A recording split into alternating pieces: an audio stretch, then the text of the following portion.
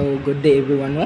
So we'll be talking about the basic plant breeding methods. So plant breeding is a science of developing new plant varieties with improved traits such as yield, disease resistance, and adaptability. So naa dyan ang tulo no kanang yield, disease resistance, and adaptability. So mangita jud tag kinig mag plant breeding ta kay mangita jud ta og kanang nindot nga kanang variety nga makahatag na to og taas nga yield, nga kanang disease resistance siya, mag-expect jud ta nga variety no. So basic methods form the foundation of modern breeding programs. So this report discusses 5K basic plant breeding methods, so including nga ang plant introduction, selection, na ito ka selection. There are including mass selection and the pure line selection. So and lastly, ang pakatulo, the hybridization or crossing. So kanang selection and hybridization will be tackled by my group mates. So examples are provided for selection and hybridization, along with an explanation of heterosis, a key phenomenon in hybridization. So plant introduction. So unsa may nasin yung nauna ko ngayon tag plant introduction. So naam din na una ka nga para dun sa tanom. Introduction, plant introduction good no. So plant introduction is a foundational method in plant breeding that involves the transfer of plant germplasm such as seeds, tissues, or entire plants from one geographic region to another. So in plant introduction, the modern foundational method in plant breeding ngano naaman dira ang tanom plant introduction yun no. So plant introduction magbase dun na sa kanang sa tanom, sa iyang karakteristik unsa man ang tanom, or adapt man na sa kaning season no. So where the material is not native, leveraging existing natural genetic variation to identify the superior genotypes suited for local conditions. So mo to no, pareha sa plant breeding no, na doon na ang mo-adapt ang usa ka tanom sa kaning season. Kaning season is kanang tingtugnaw or tinginit. So na dira ang rice. So mo kuan jud kanang rice mo lahot tay man na og kanang init og uwan no. Bisag El Nino pa na mo lahot tay man no. So the process begins with collection from wild or cultivated sources abroad. So dito man na sa abroad gikan ng kuan kaning uban nga gipang-cultivate nato nga mga sana mga hybrid nga plants ba no. Kay naman tay gitawag nga kung katong kuan bitaw katong the history of agriculture, katong mga tawo nga gipang tawag og nomad. So mao to dito magigikan ng kanang agriculture. So dito pa nagikan ng kuan kanang mga so dito po nilagikan kung mga plants nga gipang cultivate na nato aron. So gipang hybrid lang na nato, gipang kuan na lang nato og GMO. So mo to. So followed by strict quarantine to eliminate pests and diseases. So naadto na no mag-expecta nga sa atong tanom pest resistant siya no, disease resistant. So multi-location evaluation trials to assess performance in the new environment, and final selection of promising accession for multiplication or breeding use. So aron makakuha ta og kanang nindot nga variety gapon, natay kitawag na kanang magkuanta, mag-grafting, mag-marketing ta no, multiplication or breeding use lang. So mangita tag mag-select ta og kaning tanom nga kanang nindot aning hybrid, like kaning mga mangga na may mga sagaran nga mangga atong i-grafting aron makakuha ta og nindot nga variety. So this approach offers significant advantages including speed and low cost. So advantages jud ang kuano sa tanom nga kanang nindot og variety kay kanang speed and low cost diya. Ano? Nindot man siya kuan kaning katong malay to katong multiplication mag-grafting ta magkuha tag sanga na magkuha tag sanga sa silingan pareha sa mangga na kay mangga rootstock para kag sanga dito tayo ang sana nga kuan nga mangga nindot na nga variety so mo to so as it introduces novel traits like drought tolerance from arid zone plants without the need for complex manipulations. So, however, limitations include poor adaptation due to climatic mismatches. So, genetic incompatibility or quarantine failures. So, a notable historical example is the introduction of Cinchona trees. So, source of quinine. So, kani nga Cinchona trees mo ni source of quinine.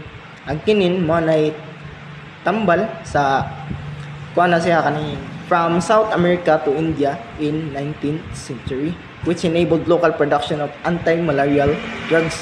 So tambal na siya sa malaria disease, no? So anti-malarial siya. Kanang quinine gikuha na sa kanang bark sa Cinchona tree. Kanang bark mao na siya skin sa kining sa kahoy nga gi-extract siya para makuha na nga kinin. So anti-malarial siya, no? And demonstrated the method's potential for economic health impacts. So gamit kayo siya sa worldwide. Ano? Kay anti-malarial gid siya, no? Daghan gud na sakit na nga kon. Daghan gud na epektuhan na ng malaria. So, maro to no, atong plant introduction. I hope nako na may nasabtan sa akong topic. So, the other topic will be discussed by my group mates. Thank you. Topic is all about selection. So, selection expert is 16 genetic variation within a population by choosing plants with desirable traits for propagation. So, selection is a kanang process siya para magpili og tanom nga goods o kanang na desirable traits like aning dagkog bunga, higher yield or means ang meanings higher yield is kanang more atong harvest or daghan anak nga tanom and stronger growth and resistance siya sa pests and diseases para gamiton siya to reproduce. So, sige balik-balik og select og tanom. So, ang overall quality sa crop is ni-improve over time. So, it is the simple and oldest breeding method divided into two main types. So, the two main types is mass selection and pure line selection. Gitawag ni siya og simple and oldest method kay ang mga tao is kanina ang ginagamit bitor gina-use long time even sa wala pa ang modern science gina-use na nila. So, selection is katong motto na two types which is ang two type is kanang mass selection. So, ang mass selection is kanang where many good plants are chosen. So, kanang daghan bitaw nga mga tanom mo'y kanang mapili. Then, while pure line selection is kanang only one best plant is selected to reproduce o para uniform ang offspring. Numoto, ang pure line is isa rin siya para uniform ang ilahang offspring. So, mass selection. So, ang kaning mass selection, mo siya ang simple plant breeding method kung asa ang mga farmers or breeders nga ilahang gipili ang best plants from group base. So, good po ni siya sa kanang mga high yields because it kanang makahatag na siya healthy growth and uniform sa appearance. So, after nila selecting the best plant is ang ilang seed nga gimix together and planted again for the next generation.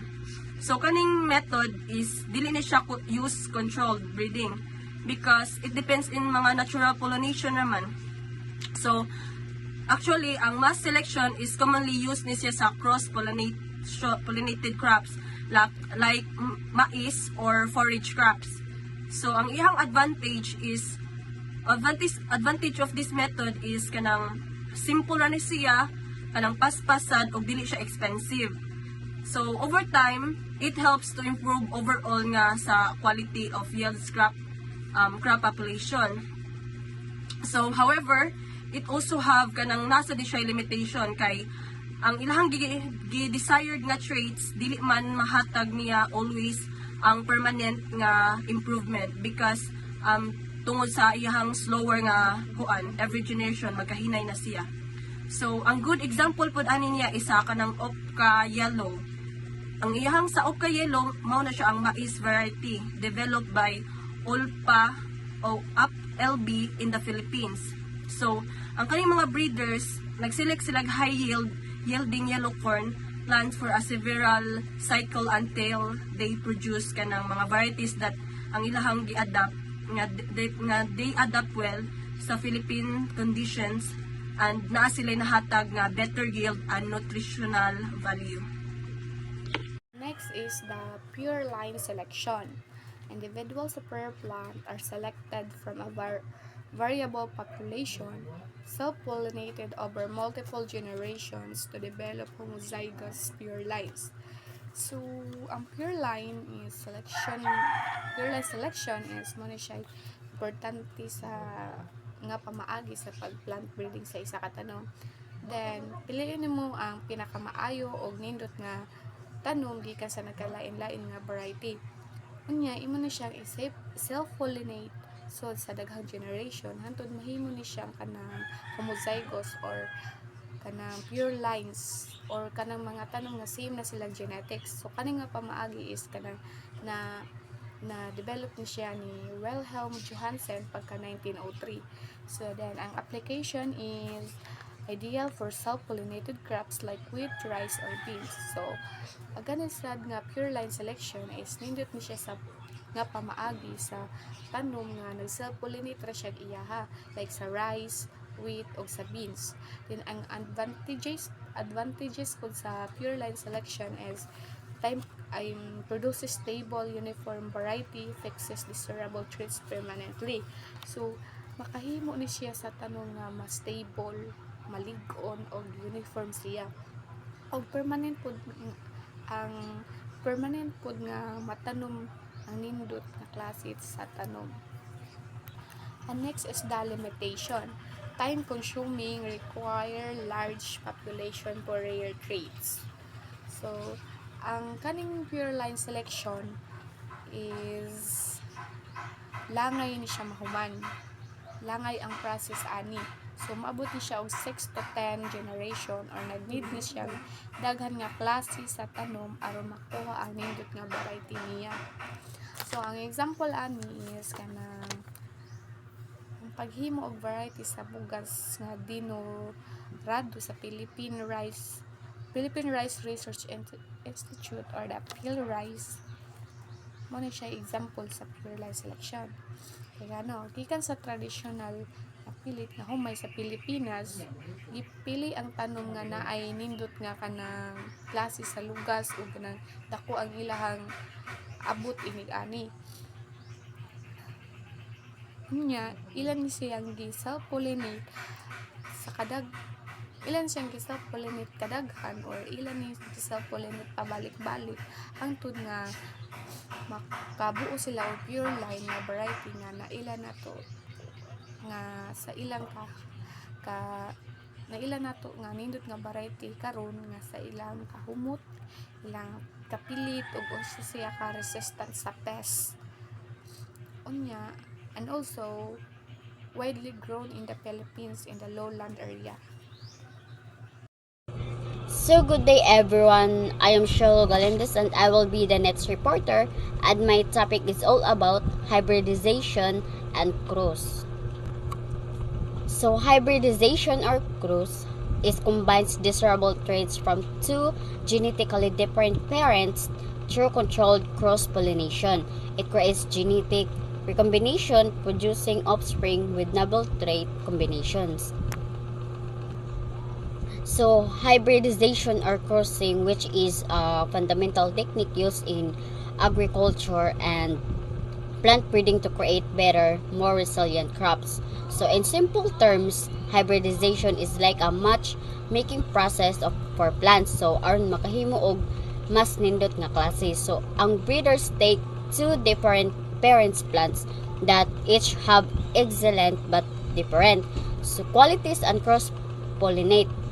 Or like mga farmers nga magkuha og duha ka parents sa tanom nga naay managlahing like nindot siya nga qualities, then ila silang i-cross or i-combine pinaagi sa controlled cross-pollination.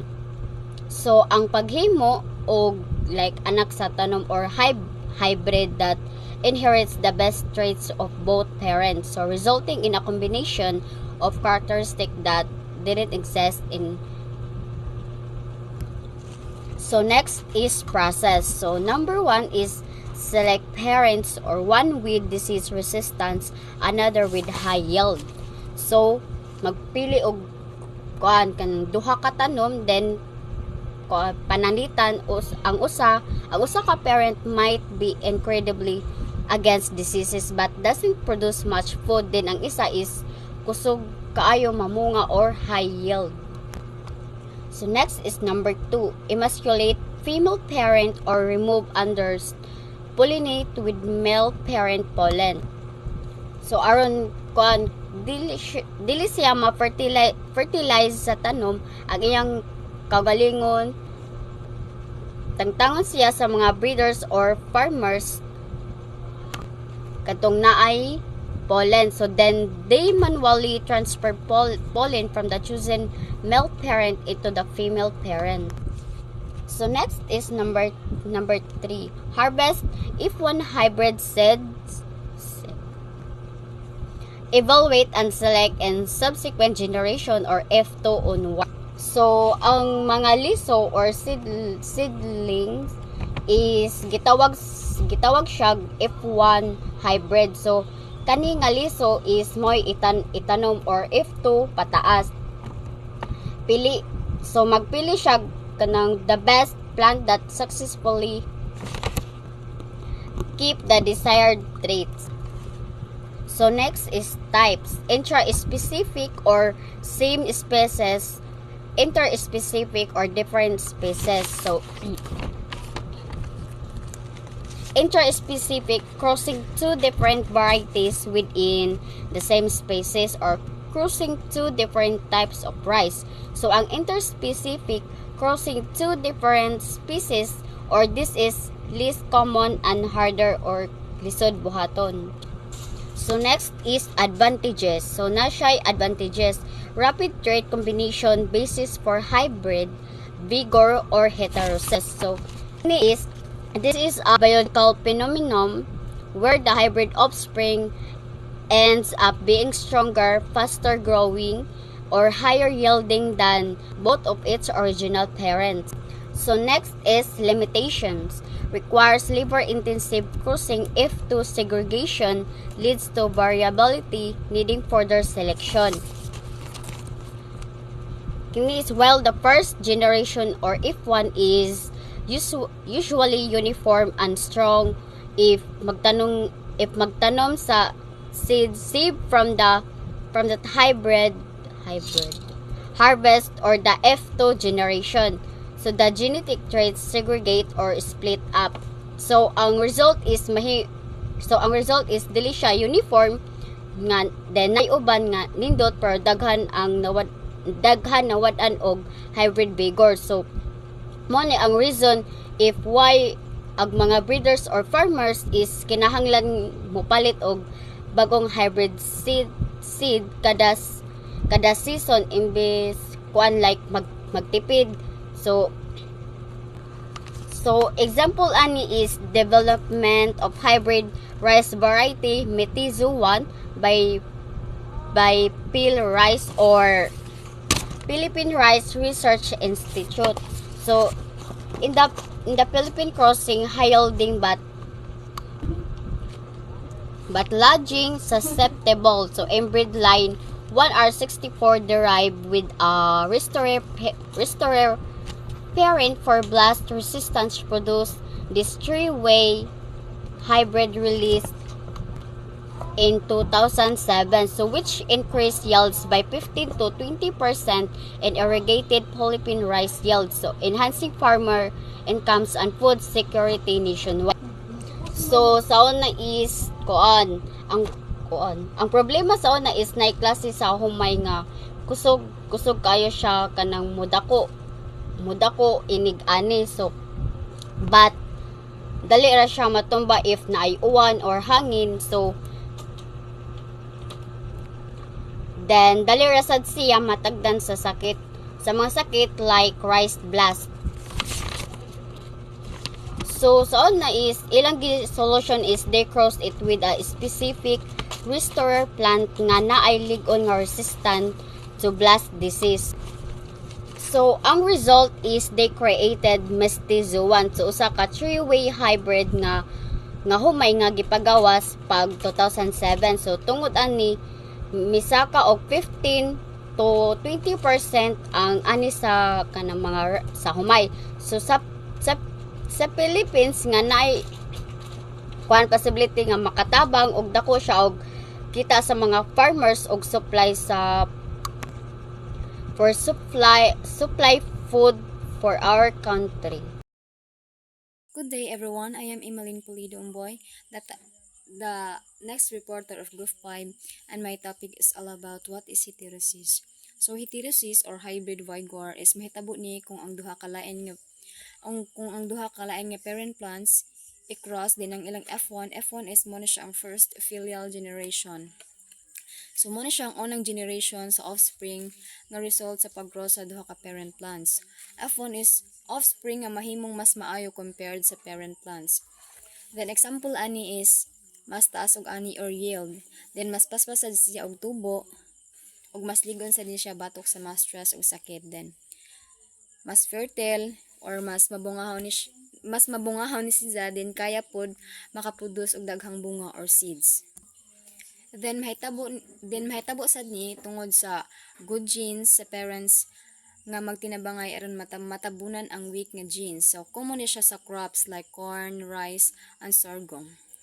So next is the table. So the table shows the different plant breeding methods. The crops nga magamit, the time needed, and the type of genetic method. So first is plant introduction. Plant introduction is bringing plants from another places. The next is mass selection, choosing the best plants from a population, usually for maize and forage crops.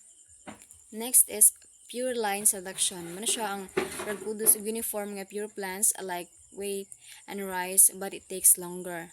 Then last is hybridation, crossing of two different plants to produce better offspring with heterosis or hybrid vigor. That's all. Thank you.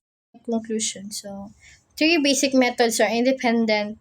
Introduction provides diversity, selection refines it, and hybridization creates breakthroughs via heterosis. So, mass selection suits heterogeneous crops, pure line for uniformity, and hybridization for maximum vigor. So, that it demands infrastructure. Challenges include climate change, demanding faster methods, and ethical concerns like genetic erosion. So, modern breeding builds on this marker-assisted selection, but basics remain vital for resource-poor regions. So, future focus is integrating with genomics for precise heterosis prediction. So, overall, these methods have sustained global food security with hybridization or heterosis driving 50% yield gains in major cereals. So, this explains how three basic plant breeding methods, introduction, selection, and hybridization, interdependently secure global food supplies by boosting crop yields. True modern breeders must now integrate genomics to accelerate these methods and overcome urgent climate and genetic challenges. So, by using a continuous cycle of introduction, selection, and hybridization, scientists create high-yielding or climate-resilient crops that drive half of all global grain gains and secure the world's food supply. So, thank you. That's all.